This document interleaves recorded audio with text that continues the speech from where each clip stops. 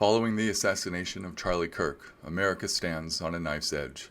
Because here's the truth, Dr. King was right. Violence begets violence, extremism begets extremism, hate begets hate. And if we keep feeding this fire, we will burn our own house down. On September 10th, Charlie Kirk was shot and killed while speaking at a university in Utah. The nation barely had time to grieve before the anger exploded. Social media lit up, pundits went live. Some called for unity, but too many reached for the same old playbook: blame, division, escalation. Words like war, enemies, retribution filled the airwaves. And this is how radicalization spreads, one tragedy at a time, one speech at a time, one angry post at a time. Here's the pipeline. Leaders and influencers use militant language. They might not directly call for violence, but they paint the other side as evil, as dangerous, as something that must be stopped at any cost. Social media amplifies those voices because anger spreads, outrage sells, and the echo chambers grow.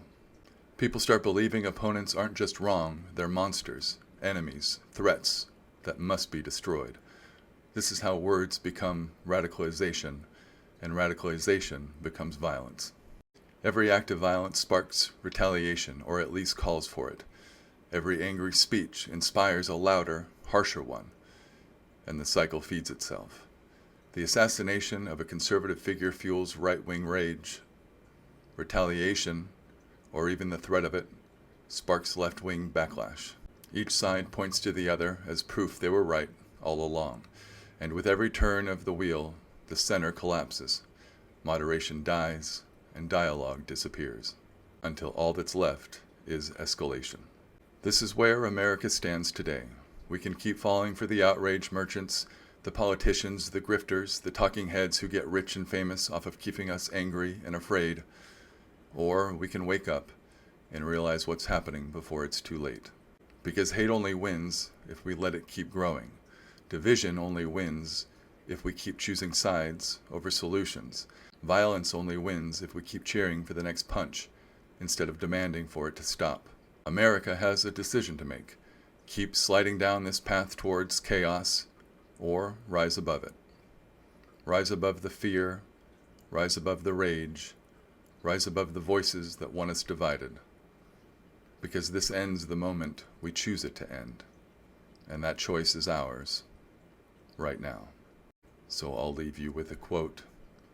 The ultimate weakness of violence is that it is a descending spiral, begetting the very thing it seeks to destroy. Instead of diminishing it, it multiplies it. Through violence you may murder the liar, but you cannot murder the lie, nor establish the truth. Through violence you murder the hater, but you do not murder the hate. In fact, violence merely increases hate. Returning violence for violence multiplies violence, adding deeper darkness to a night already devoid of stars.